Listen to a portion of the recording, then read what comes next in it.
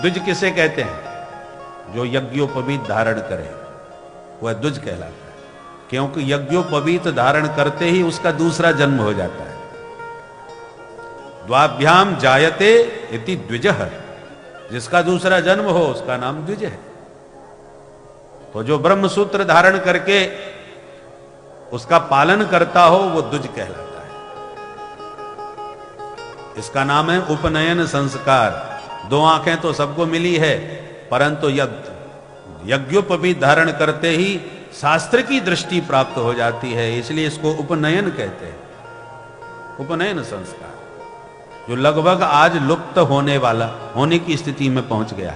लोग जानते ही नहीं जनेऊ क्या होता है। विवाह की बेला में लगभग 4 ब्राह्मण मिलकर के पहना देते हैं, बस हो गया। जबकि यज्ञोपवीत संस्कार का कितना विधि विधान शास्त्रों में वर्णन है।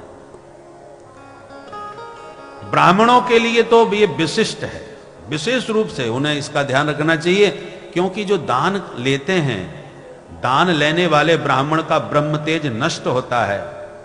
दान लेने का मतलब है आप दूसरे का पाप ग्रहण कर रहे हैं।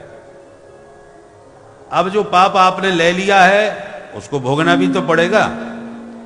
भोगो या उसे भस्म करो, दो ही तरीका है। तो जब गायत्री की आराधना करता है ब्राह्मण, तो वो जो दान का पाप आता है वो गायत्री की उपासना से भस्म हो जाता है। और यदि आप दान पे दान लिए जा रहे हो और गायत्री की उपासना नहीं करोगे तो निश्चित वह आपको ही कष्ट पहुंचाएगा, उसका परिणाम आपको ही भोगना पड़ेगा। इसलिए विप्रो वृक्ष तस्य मूलम ही संध्या, वेदा शाखा धर्म कर्माणि पत्रम, तस्मात् मूलो यत्न तो रक्षणीयम, क्षीण मूले नैव पत्रम न शाखा। वृक्ष का मूल यदि नष्ट हो गया, जड़ नष्ट हो गई, तो वृक्ष को गिरने में देर नहीं लगती। थोड़ी सी आंधी में वृक्ष धराशायी हो जाएगा यदि जड़ कमजोर है तो, और जड़ यदि उसकी मजबूत है तो बड़े बड़े तूफानों में भी वृक्ष तना रहेगा, खड़ा रहेगा। आज विप्र रूपी वृक्ष को उखाड़ने के लिए बड़े भयंकर तूफान चल रहे हैं चारों ओर से। यदि ब्राह्मण देवताओं ने अपने वृक्ष के मूल की जड़ को ध्यान में नहीं दिया, उसकी सुरक्षा नहीं करी, तो इस वृक्ष को उखड़ते देर नहीं लगेगी। तस्य मूलम ही संध्या, ब्राह्मण की मूल संध्या है। अरे त्रिकाल संध्या नहीं बने तो कम से कम द्विकाल कर लो भैया, सुबह शाम तो कर लो। संध्या का मतलब संधि बेला। सूर्य अस्ताचल की तरफ जा रहे हो तो दिन जा रहा है, रात्रि आ रही है, उसके बीच की जो है मिलन, वो संध्या काल है। उसी प्रकार से रात्रि जा रही है और सूर्य का प्रकाश हो रहा है, वो संधि बेला प्रातः काल की है। प्रातः काल संध्या तब की जाए जब चंद्र और तारों का दर्शन हो रहा हो।